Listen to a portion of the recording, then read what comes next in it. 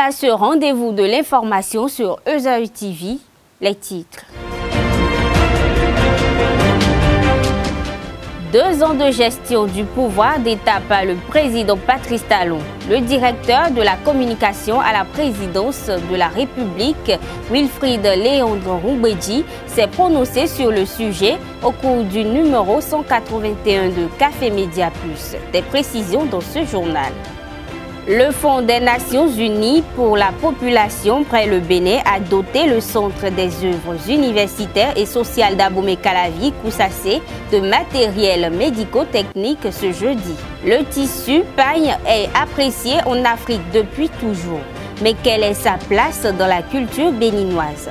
Élément de réponse dans cette édition. Bonsoir à tous. Les causeries Café Média Plus de ce vendredi 6 avril ont porté sur 2 ans sous la rupture, 2 ans de gestion du pouvoir d'État par le président Patrice Talon.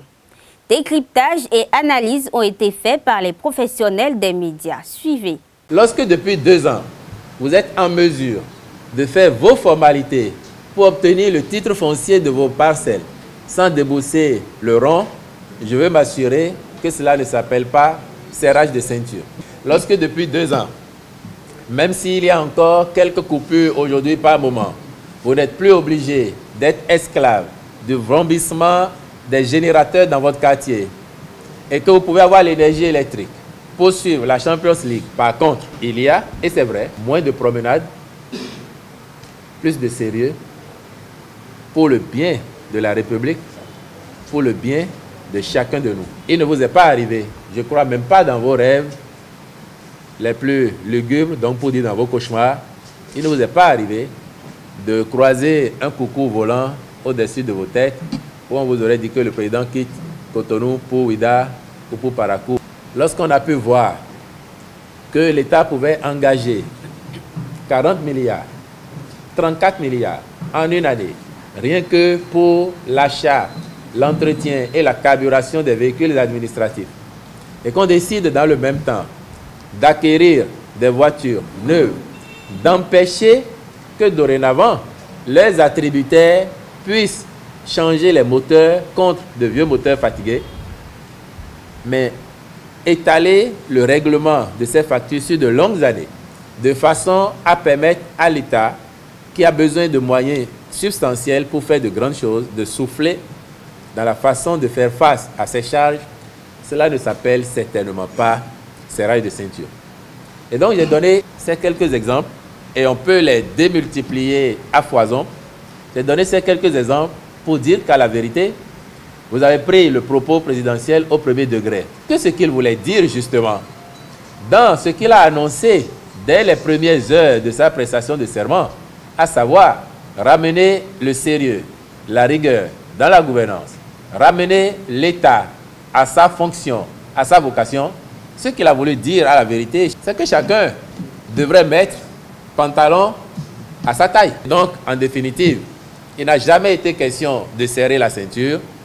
Il est question de nous responsabiliser parce que nous avons tous appris ici que celui qui t'apprend à pêcher le poisson t'aime et te rend plus service que celui qui te donne du poisson chaque fois que tu as faim. J'en aurais fini pour mon propos liminaire. Face à l'ampleur des grossesses au milieu scolaire au Bénin, l'ONG Femmes et Pacte du Plateau, FIP, a organisé une campagne de sensibilisation des élèves des 5 communes de ce département méridional. La dernière étape de cette campagne s'est déroulée hier au collège d'enseignement général de Takon, dans la commune de Sakété. La présidente de l'ONG FIP, Moufidat Adjokek Badamassi, entourée pour la circonstance des autorités de ce collège, a expliqué aux apprenants les revers de ce fléau qui hypothèque l'avenir des jeunes filles.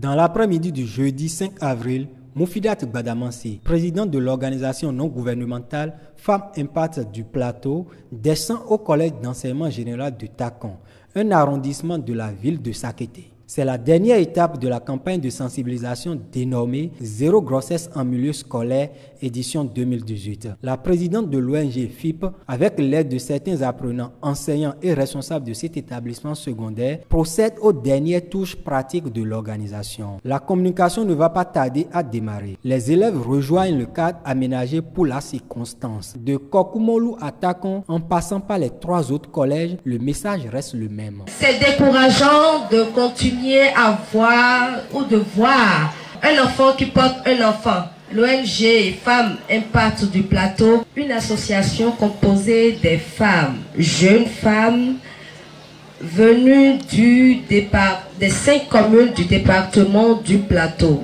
Adjawere, Bobé, Sakete, Ketou et Ifraïm, a décidé de décourager ces actes-là, de décourager ceux qui le font. Cette lutte, la première autorité du CEG Takon la salue tout en exposant la situation des grossesses précoces dans son école. Pour le compte de l'année en cours, déjà 2 cas ont été enregistrés. Par rapport au thème de la cérémonie pour laquelle nous sommes là, grande a été ma joie.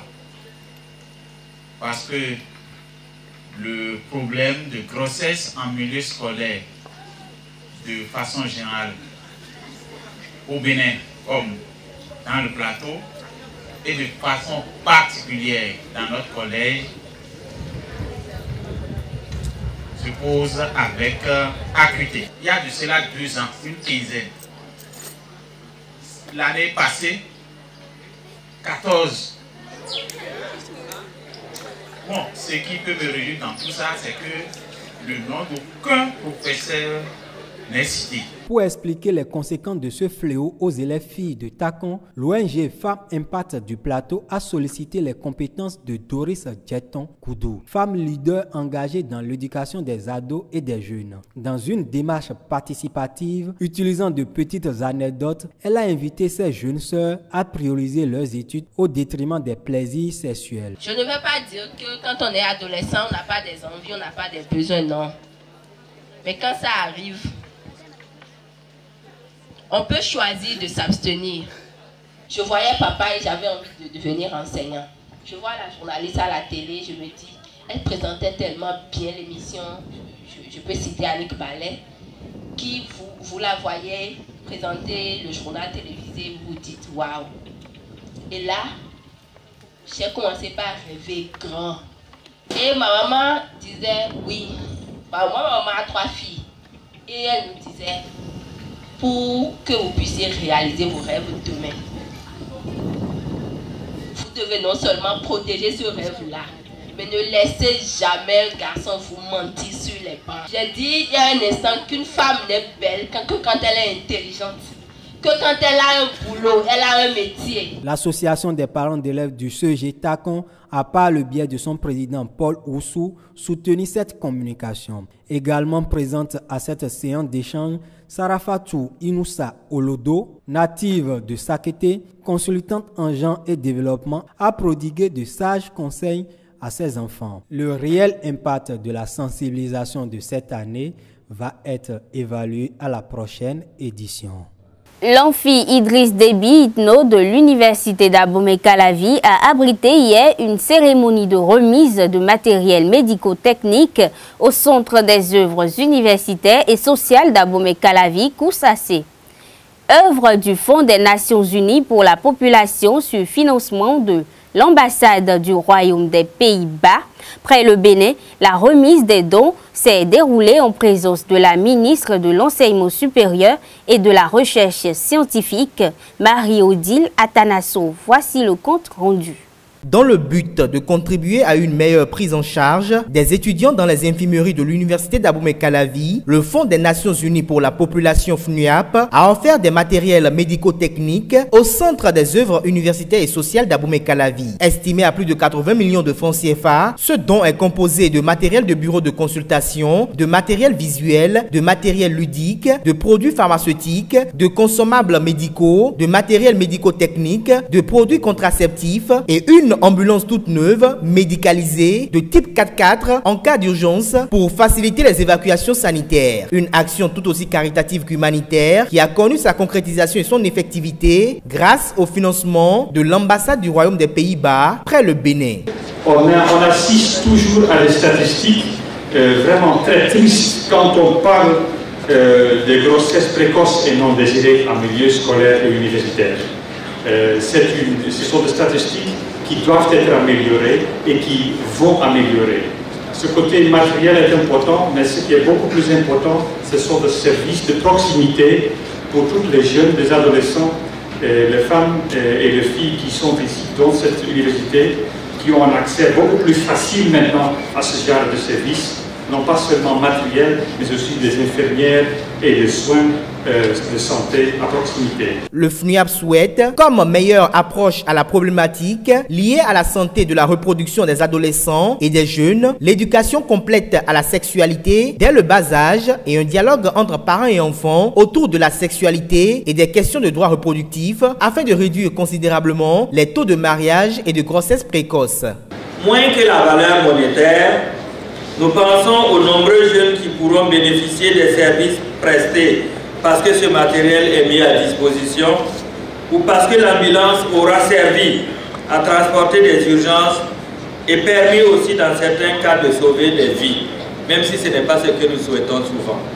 La directrice du Centre des œuvres universitaires et sociales d'Abomey-Calavi et la ministre de l'Enseignement supérieur et de la Recherche scientifique ont pris de fermes engagements pour un suivi rigoureux afin que bon usage soit fait des différents matériels. La directrice du COUS a pris l'engagement de pérenniser les acquis de ce partenariat afin de lui garantir des lendemains plus glorieux. Cet important appui contribuera à une meilleure prise en charge des étudiants dans nos infirmeries et vient renforcer les autres actions de ce partenariat entamé depuis l'année dernière. Excellence, Monsieur l'ambassadeur, Monsieur le représentant résident du FNUAP, le COUSAC, par ma modeste personne, vous remercie pour cette contribution. Je prends d'ores et déjà l'engagement qu'un bon usage en sera fait. Tout ce matériel qui fait objet de dons a été acquis dans le cadre du projet de promotion de la santé de la reproduction des adolescents et des jeunes. De nombreux remerciements et encouragements ont été adressés à l'endroit de l'autorité de tutelle, la ministre Marie-Odile Atanasso, pour son leadership et sa dévotion irréfutable pour la mise en œuvre du PAG en ce qui concerne le mieux-être de la couche estudiantine. Vous contribuez grandement à mettre fin à plusieurs années de souffrance pendant lesquelles les évacuations du campus d'Abomey-Calavi vers les centres de santé de référence se faisaient avec des moyens de bord au péril de la vie des étudiants et des étudiantes. Ce geste auquel il faut associer la batterie d'activités de sensibilisation et de formation qui ont été organisées au cours du dernier trimestre de l'année 2017 et celles qui sont prévues pour se dérouler au long de l'année 2018 permettent au COUSAC d'être plus actif et de mieux répondre à sa mission aux côtés des étudiants et étudiantes. Au-delà du ministère de l'Enseignement supérieur et de la Recherche scientifique, c'est d'ailleurs toute l'équipe gouvernementale du président Patrice Talon qui se réjouit de la présence active et très remarquée du FNUAP et de l'ambassade des Pays-Bas dans notre pays à travers des actions d'envergure qui contribuent à plusieurs égards à la réalisation du programme d'action du gouvernement. C'était une cérémonie de remise de dons qui s'est déroulée en présence des autorités rectorales et d'importantes figures du monde universitaire béninois. En toute convivialité, la ministre a visité au pays fin les différents équipements offerts. La communauté universitaire principale bénéficiaire des prestations du COUSAC peut pousser un ouf de soulagement et se rassurer qu'une bonne prise en charge leur est garantie désormais dans les infirmeries universitaires. Privilégié en Afrique, le pain se porte dans plusieurs pays africains, en l'occurrence dans les pays de l'Afrique de l'Ouest. Ces peuples africains, notamment les Béninois, ont intégré le pain dans leurs habitudes vestimentaires quotidiennes pendant longtemps. Mais aujourd'hui, avec l'affluence des produits modernes, quelle est réellement la place du pain dans la culture béninoise? Quelques amoureux du pain se sont prononcés. qu'avant, les pagnes sont significatives par les motifs, par les dessins. Il y a des rivalités qui se font à travers les motifs des pagnes entre les femmes dans leur foyer, entre les mamans. C'est une question d'identité. Et ce qui n'est pas aussi facile à se laisser exprimer de fait à faire voir ce que vous avez comme identité culturelle. Parce que nous sommes dans des serrages qui font qu'il y a beaucoup plus l'aspect économique qu'on perçoit de ces aspects de pagne-là. Or, la plupart de ces pays-là qui détiennent le monopole de la fabrication de ces tissus ne sont pas des pays africains. Et donc, ils n'ont certainement pas toutes les réalités que nous avions chez nous en Afrique. Et quitte à ce que nous, qui sommes africains, nous fassions tout pour que ce que nous voulons soit véritablement ce qu'ils nous produisent, au lieu que ça soit plutôt ce qu'eux, ils veulent vendre. Aujourd'hui, il y a beaucoup d'accessoires en pagne et c'est même plus prisé que ce qui existait ou bien tout ce qui vient de l'extérieur. Même de l'extérieur, les gens viennent chercher nos accessoires en pagne. Et là, je crois que c'est une évolution. On ne peut qu'applaudir ça. C'est une bienvenue. Tout existe en pagne aujourd'hui. C'est comme moi, par exemple, quand je porte du jean ou du t-shirt, c'est toujours une touche de pagne. Quand ce n'est pas mon foulard, c'est peut-être que j'ai quelque part où j'ai découpé du pagne ou sur mon pantalon, ou sur mon t-shirt, enfin mes chaussures, mes sacs, tout. Vous allez remarquer que depuis quelques années, le Bénin a commencé par se faire identifier à travers un tissu qui est un tissu tissé que le gouvernement actuel a tenté de promouvoir et qui est dénommé le canvor béninois. Ça n'a rien à envier des tissus tissés de quel pays que ce soit de l'Afrique. Mais ça a une originalité.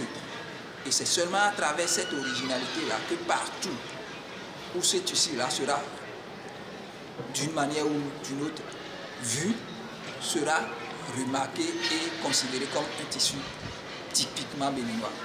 Au-delà de ce tissu canvor, il y a également des tissus qui sont des tissus teintés et qui ont des originalités qui sont purement des originalités de notre tradition, où c'est des coris, où c'est parfois des emblèmes des rois de chez nous. Et le véritable problème, c'est que ces tissus, une fois travaillés, sont toujours travaillés à l'étape artisanale. On n'arrive pas à les produire en grande quantité pour que ça soit véritablement un effet de déclic sur le plan économique. Mais c'est à cela qu'on devrait s'atteler maintenant. Et je crois que si le gouvernement actuel peut faire un effort à ce niveau-là, c'est l'occasion pour qu'on puisse véritablement sentir ce déclic-là. Parce que nous produisons le coton, mais autant que nous produisons le coton, nous n'arrivons pas à l'exploiter, à le travailler de manière à ce que ça nous devienne un produit de devise. Et c'est à cela qu'on doit s'atteler. Et je crois que si cela se fait, il n'y a pas de raison à ce qu'on ne puisse identifier désormais des produits Made in Bénin. Beaucoup plus le valoriser. En l'inculquant aux enfants, leur apprendre déjà l'importance du pagne, apporter le pagne, parce que notre culture reste notre culture. On va beau copier les autres, mais on ne sera jamais comme eux. Parce que nous, notre culture, c'est le pagne, c'est pas pour eux. Même si il peut arriver qu'on fasse des mélanges, mais on ne pourra jamais contre eux, comme eux du moins, qui ont déjà leur culture qui n'est pas le pagne. Le dernier numéro de l'émission Info Hebdo a reçu pour inviter Virgile Aroncet et Raoul Houssounou. Ces professionnels des médias se sont prononcés sur la crise qui secoue plusieurs secteurs vitaux du pays, notamment celui de l'éducation. Pour ces deux journalistes, l'heure est grave et il est impératif de pallier au phénomène qui ternit l'image du Bénin. On les écoute. On a vu une levée d'émotion spectaculaire de l'intersyndicale. Pourquoi spectaculaire? Spectaculaire parce que vous avez vu la suite, les réactions qui ont fusé de partout. Vous avez vu que l'école n'a pas totalement repris ses droits, malgré que l'intersyndicale est levée par endroits. Il faut dire que ça reprend. Parce que, mais je dis que ce n'est pas parce que l'intersyndical, mais peut-être parce que les gars sont fatigués de faire grève. Dans cette crise sociale, l'urgence, selon moi, n'est pas au niveau du secteur de l'éducation. L'urgence, pour moi, c'est au niveau du secteur de la santé. Parce qu'il faut être déjà en vie avant d'espérer avoir une éducation. Donc, la question de la santé, pour moi, est primordiale. Et quand moi, j'entends les agents de la santé, les agents de santé sont en grève, je suis meurtri. Donc, je crois que c'est cela. Tout le monde focalise l'attention aujourd'hui sur l'éducation, mais je crois qu'on devrait plus focaliser l'attention sur la santé, parce que même la Constitution dit que la vie humaine est sacrée et inviolable. Alors, que ce soit le gouvernement, que ce soit les travailleurs, je crois que chacun doit tenir compte de ce caractère sacré de la vie humaine et faire un peu de concession pour que de ce côté-là, ça reprenne. Quand vous observez aujourd'hui la situation, quand vous étudiez le rapport de force, vous comprenez que visiblement, ce sont les grévistes qui sont en position de force. Et ce qu'ils revendiquent aujourd'hui, c'est la rétrocession de cette défalcation-là. On en est au point où, disons, le gouvernement avancerait, bougerait les lignes, donc serait aussi en position de force, si il avait rétrocession aujourd'hui. C'est-à-dire, si on fait cette rétrocession, on n'aurait fait que déplacer le problème, on l'aurait ramené seulement juste au point de départ. Puisque c'est des revendications qui ont amené des grèves qui ont amené des défalcations. Maintenant, si il avait donc rétrocession de cette défalcation, dans l'opinion, il aurait tout au moins ce retournement-là que, eh bien, vous, enseignants, voilà, le gouvernement a fait un pas, oubliant que le problème demeurerait. Mais je ne sais pas pourquoi le gouvernement, à quelle stratégie ça répond, donc, cette position jusqu'au boutiste, notamment, je ne dirais pas du gouvernement, du président Talon. Ce qu'il faut remarquer, c'est que de chaque côté, que ce soit du côté des grévistes, que ce soit du côté du pouvoir, chacun reste campé sur sa position. Or, nous sommes dans un état où tout est priorité. Je ne dis pas que c'est la défalcation des travailleurs qu'on va utiliser pour faire autre chose. Mais c'est que peut-être l'argent a été déjà utilisé. Il faut chercher et remettre à sa place. Mesdames et messieurs, c'est la fin de cette édition. Merci de nous avoir suivis et agréable week-end à tous.